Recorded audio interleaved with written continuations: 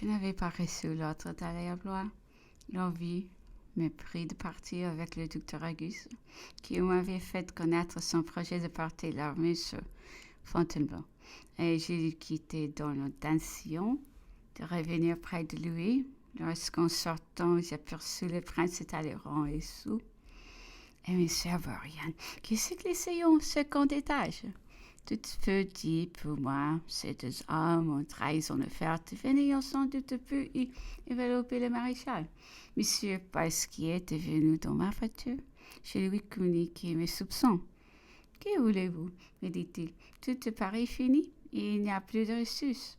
Je les reconduisis à la préfecture de police et je me retirai dans mon habitation du Faubourg Saint-Germain, bien déterminé à ne plus retourner à l'hôtel de poste. Un peu avant le jour, je reçus un courrier chargé de lettres de l'empereur puis l'impératrice. J'appris par lui que Napoléon était arrivé dans la nuit à la poste de la cour de France et que c'est là qu'il avait appris la fatale nouvelle de la capitulation.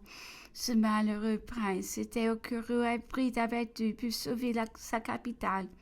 Le coup fut affreux. Il s'assit sur le parapet des fontaines de Juvisy, la tête aux pieds, sur ses deux mains, pendant plus d'une quart d'heure, absorbé par les plus tristes réflexions. Puis enfin, il se remit en route pour Fontainebleau. Le lendemain, je retournai chez M. Pasquier. Il revenait du camp où il avait été demandé par l'empereur de Russie.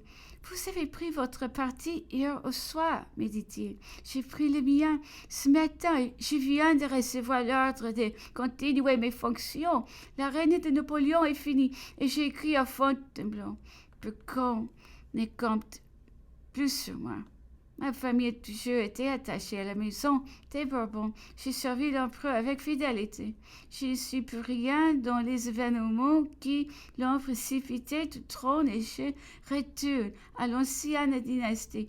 Je ne discute pas vos motifs, lui répondis-je. Mais moi, qui dois tout à l'empereur, je m'éloignerai de son successeur. Je rentre dans l'obscurité. Ma carrière publique est terminée. Je ne réclame de vous qu'un service. Protégez-moi dans la retraite où je vais vivre avec ma famille et repousser la malveillance. Si elle vient me troubler.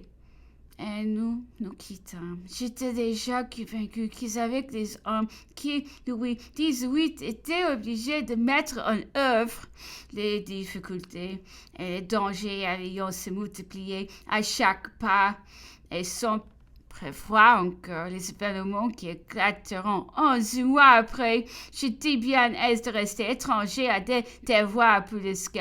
Je me sentais un éloignement et de répugnance si forte que la foi du serment et la probité la plus sévère n'auraient pu m'y attacher au 20 mars sans beaucoup d'efforts et de chagrin.